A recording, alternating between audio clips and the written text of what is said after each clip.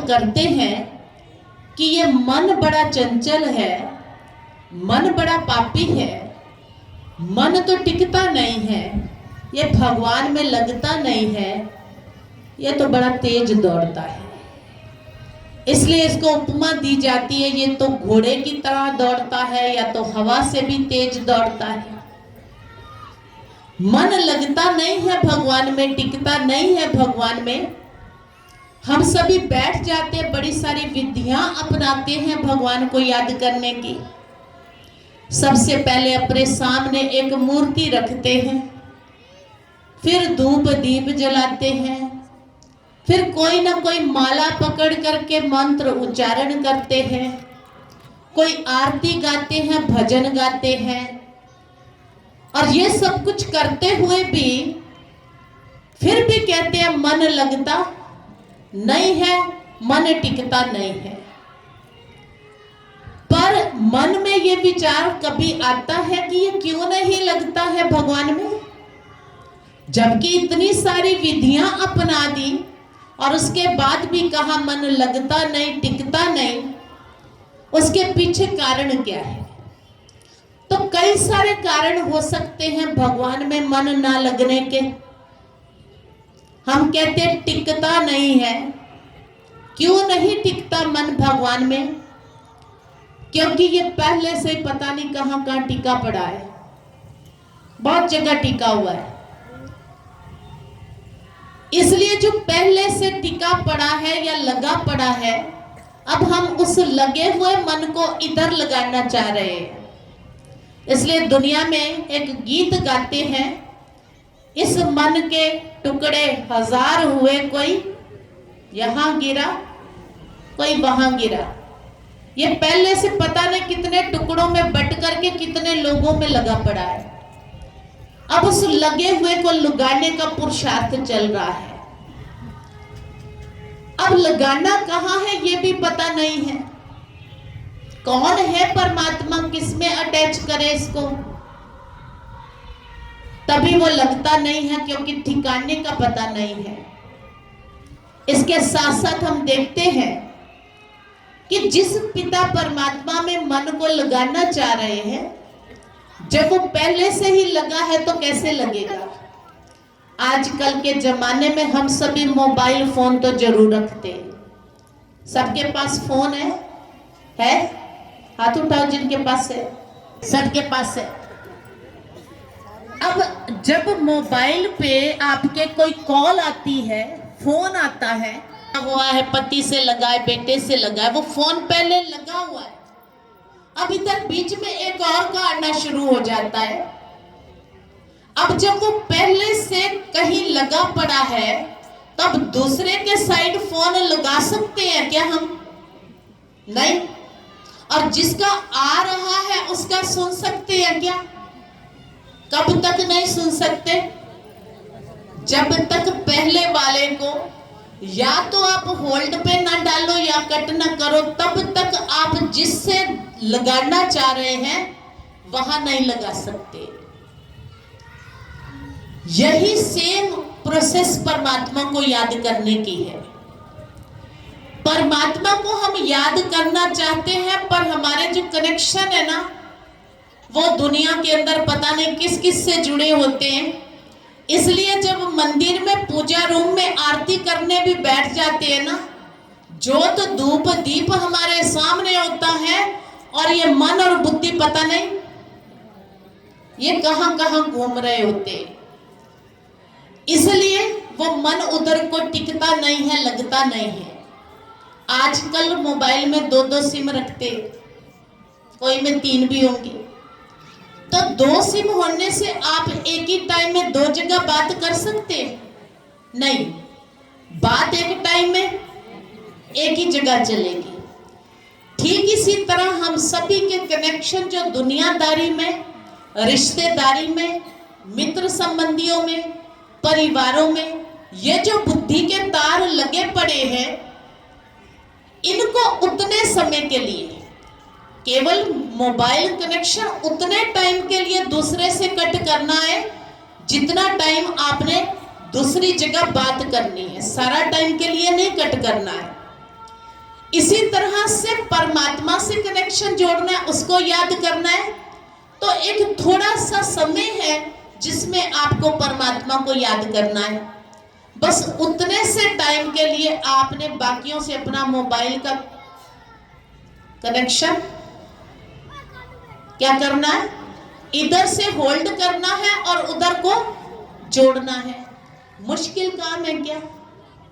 मुश्किल काम है क्या? बटन दबाते रहते हैं, होल्ड होता नहीं, इसलिए जिसकी आवाजें आ रही होती है ना वो आती रहती है, माता उठ के पीछे तक भी चली जाती है, लेकिन बटन बंद नहीं होता, तो जिसकी आवाज चल रही है वही चल रही है। सेम चीज परमात्मा के साथ है। हम सभी चाहते हैं भगवान को याद करना, उससे बात करना, पर बातें जिनसे चल रही हैं उधर इतना मस्त हो जाते हैं कि उधर को कनेक्शन जो है वो जुड़ता नहीं है। इसलिए जिस तरह से फोन की भी विधि सीखनी पड़ती है, सिस्टम सीखना पड़ता है, क्योंकि हर फोन का सिस्टम अलग होता है, इसलिए वो सिस्टम हमें आता नहीं। दुनिया के साथ कनेक्शन जोड़ने के सिस्टम हम सीख चुके हैं, पर परमात्मा के साथ जुड़ने का सिस्टम हमें पूर्ण रीति से आता नहीं है, इसलिए मन की तार वहां जुड़ती नहीं है।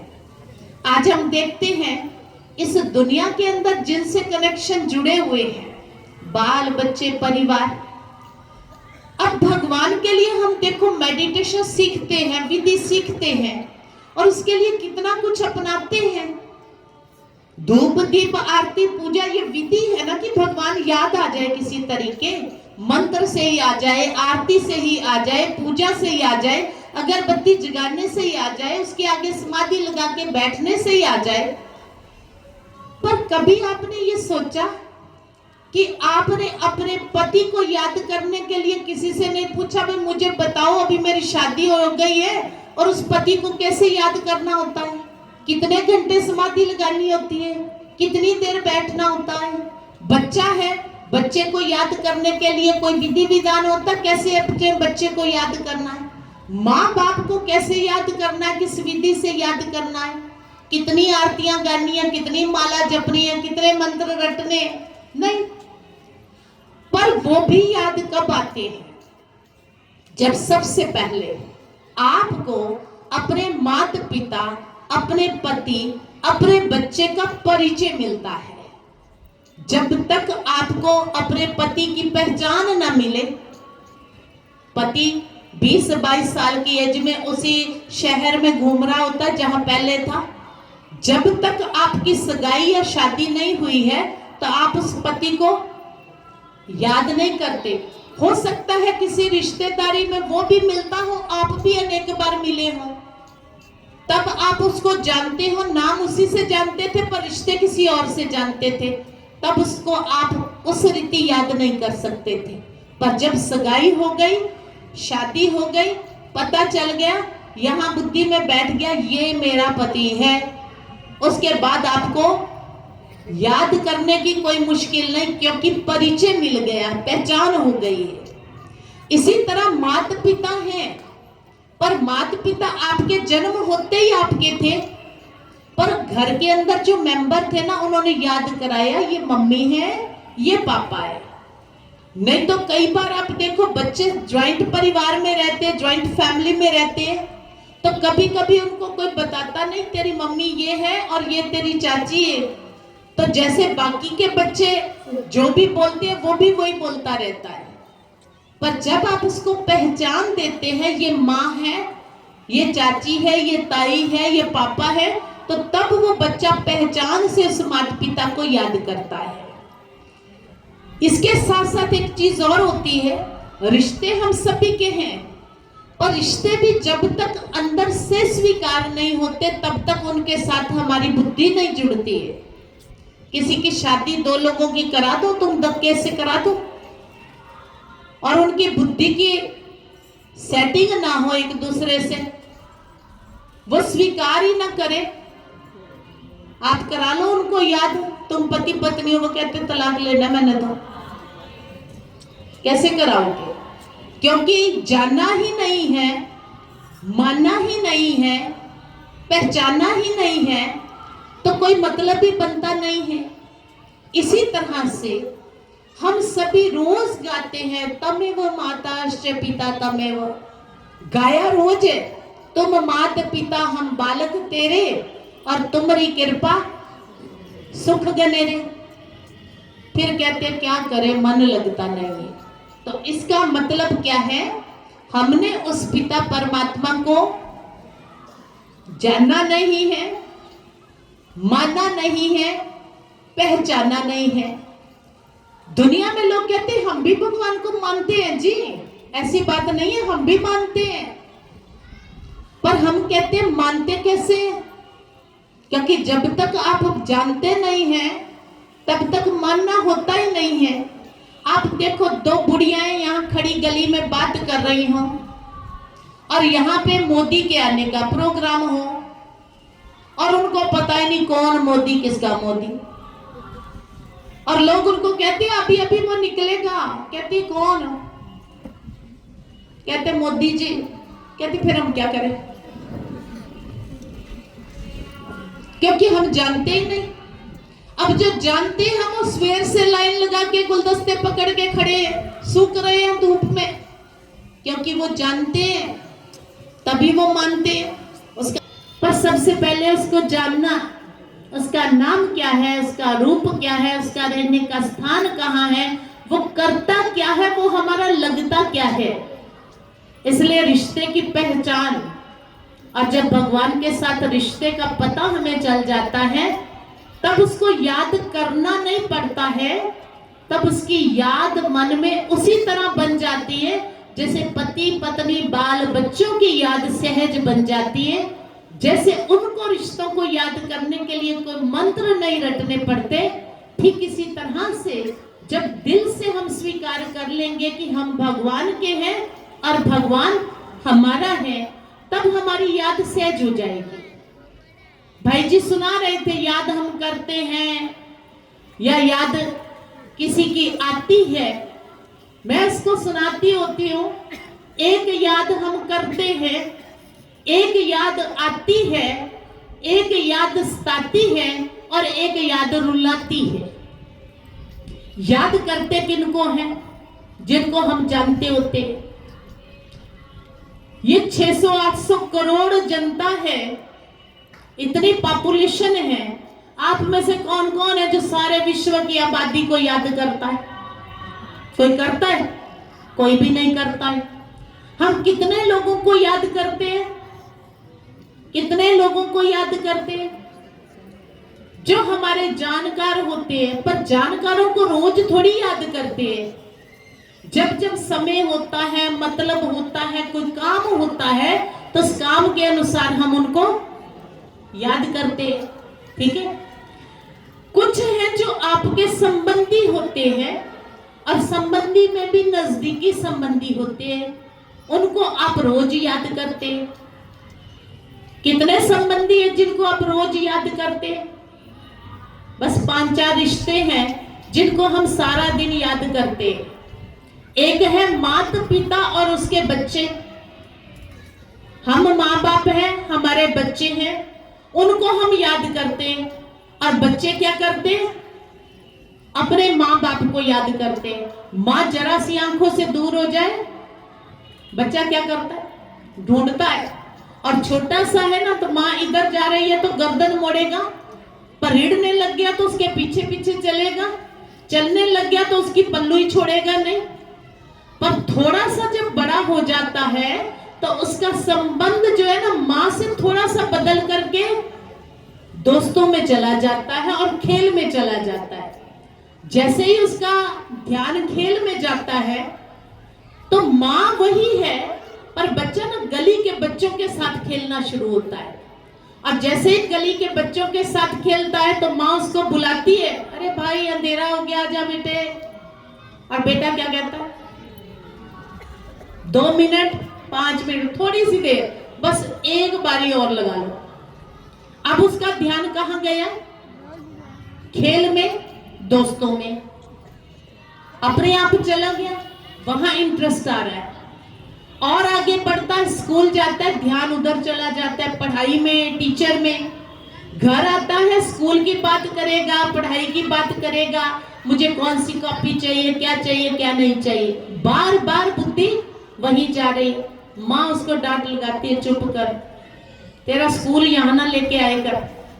लेकिन बच्चा थोड़ी सी देर चुप होता, फिर वही बात करेगा। और बड़ा हो गया, नौकरी की चिंता, टोकरी की चिंता, वो बुद्धि वहीं घूमती है, क्या करूं क्या ना करूं। शादी हो गई, ऑफिस में बैठा है, कहीं बैठा है, बुद्धि कहाँ है? पत्नी में। बाल बच्चे पैदा हो गए, बुद्धि कहाँ है? बाल बच्चों में। अभी पत्नी में नहीं, अभी बाल बच्चों की चिंता है। इसके लिए क्या करना, कहते हैं जी हम तो बाल बच्चों के लिए कमाते हैं जी, सारा दिन बाहर रहना पड़ता है, किसके लिए? बाल बच्चों के लिए। अभी आप देखो सारे दिन में हमारी बुद्धि कहाँ जा रही है? जिनको हम जानते हैं, जिनके साथ हमने संबंध जोड़ लिया है, जिनको हमने अपना बना लिया है, उनके साथ हमारी बुद्धि की तार जुड़ चुकी है। अब उनको याद करने में कोई मुश्किल नहीं है। ठीक इसी तरह भगवान के लिए भी हमने गाया है कि सारे रिश्ते तेरे साथ है, माता पिता बंधु सखा, सब कुछ तू है। पर सब कुछ तू है, हम सिर्फ इस बात को जानते हैं, मानते नहीं। जिस दिन हम भगवान को अपना सब कुछ मान लेंगे, तब याद करने में कोई दिक्कत रहेगी नहीं। आज सिर्फ हम मुख से कहते हैं। जैसे देखो दुनिया में भी लोग कह देते हैं, कोई बच्चा होता है, कहते जी तू मेरे बेटे जैसा है। ऐसी कोई बात नहीं, तू भी मेरा बेटा ही है। पर किस किस ने ये कहा तू मेरा बेटा और अपनी प्रॉपर्टी दी हो? दी है क्या किसी ने? तू भी मेरे बेटे जैसा है, तू भी मेरी बेटी जैसी है, सिर्फ शब्द में कहते हैं। पर सारी प्राप्तियां और सब कुछ देना कहाँ होता है? जहां हमारे रिश्ते रियल में है। ठीक इसी तरह अगर सिर्फ हम भगवान को कहने मात्र कहेंगे, तू मेरा पिता, तू मेरी माता, वो भी कहेगा ठीक है।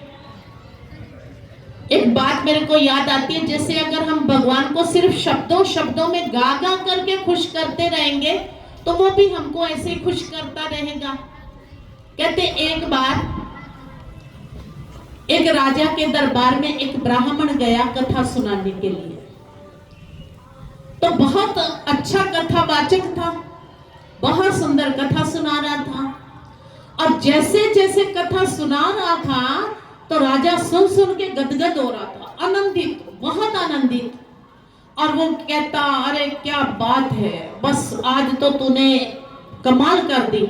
मैंने तेरे को ये हीरे का हार दिया, मैंने तेरे को वो वाला महल दिया, मैंने तेरे को ये चीज दी, ये चीज दी। कथावाचक भी बड़ा खुश, राजा भी सुन सुना के बड़ा खुश, दोनों ही खुश। और वो गया घर जाके पत्नी को सुनाता, आज तो कमाल हो गई। कहती क्या हुआ?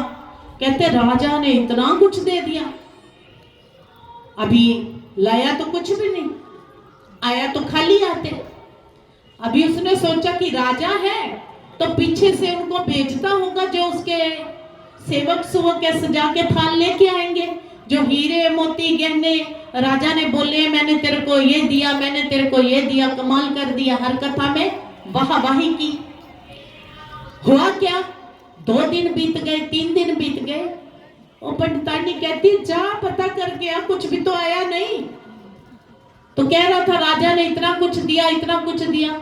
बेचारा डरता डराता कि राजा है, फिर भी क्या कह दे। पर उसने सोचा जानना तो चाहिए ना, मैं इतनी अच्छी कथा सुना के आया हूं, राजा खुश तो बहुत था, चक्कर क्या हुआ?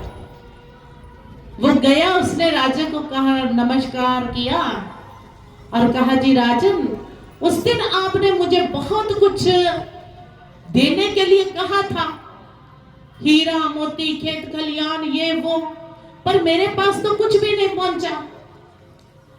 राजा ने कहा कि तूने मेरे कानों को सुख दिया और मैंने तेरे कानों को सुख दिया।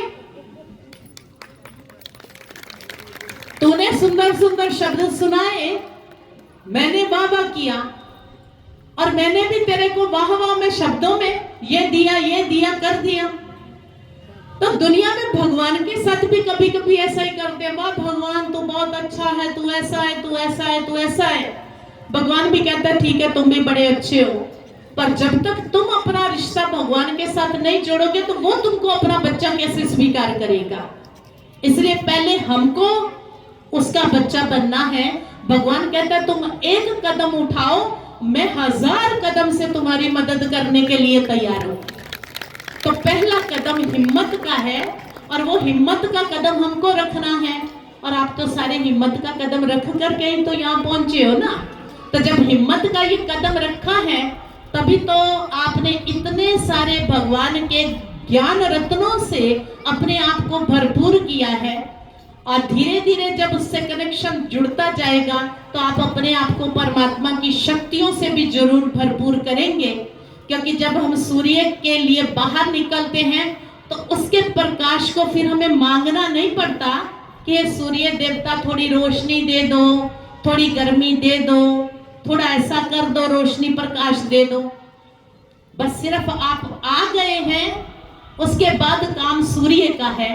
ठीक इसी तरह से आप परमात्मा की छत्र छाया में आ गए हैं, अगला काम अब परमात्मा का है, जिसकी वर्षा ज्ञान रत्नों की, सुख शांति की, प्रेम की आप पर होती रहेगी और आप अपने जीवन को भरपूर करते रहेंगे।